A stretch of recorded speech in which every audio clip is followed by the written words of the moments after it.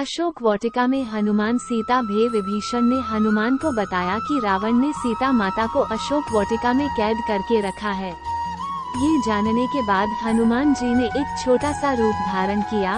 वो अशोक वाटिका पहुँचे।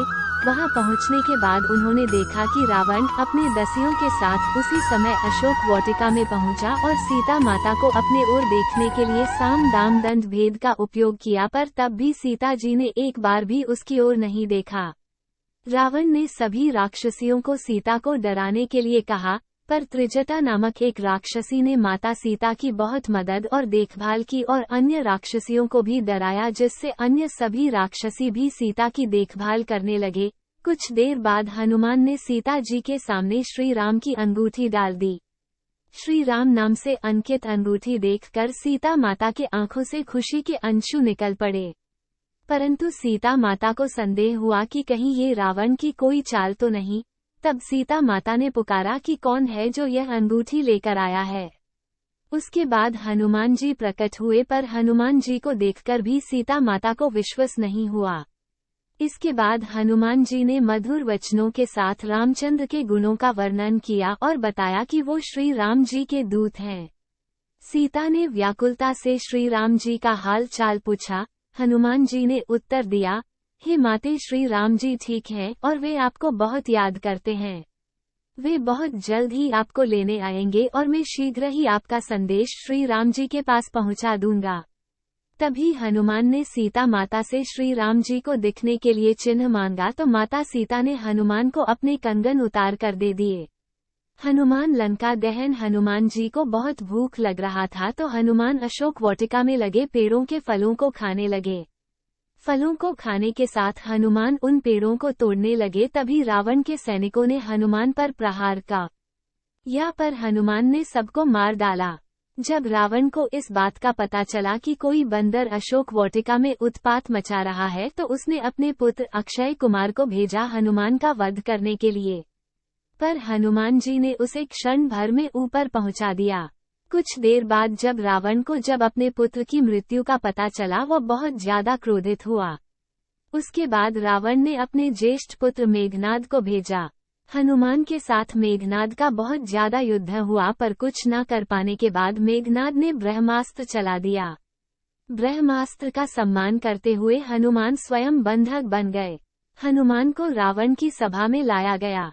रावण हनुमान को देखकर हंसा और फिर क्रोधित होकर उसने प्रश्न किया, वानर, तूने किस कारण अशोक वाटिका को तहस नहस कर दिया?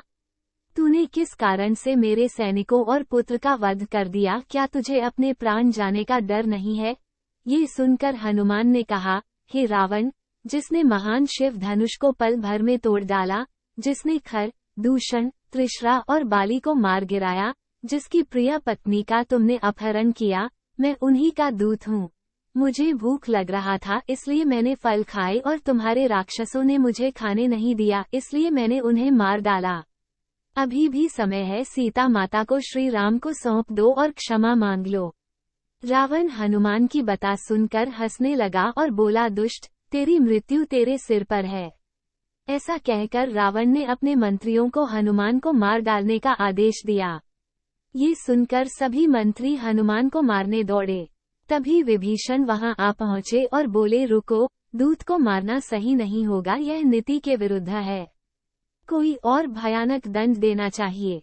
सभी ने कहा, बंदर का पूंछ उसको सबसे प्यारा होता है, क्यों ना तेल में कपार डुबाकर इसकी पूंछ में बंधकर आग लगा दिया जाए। हनुमान की पूंछ पर तेल वाला कपा बंधकर आग लगा गया।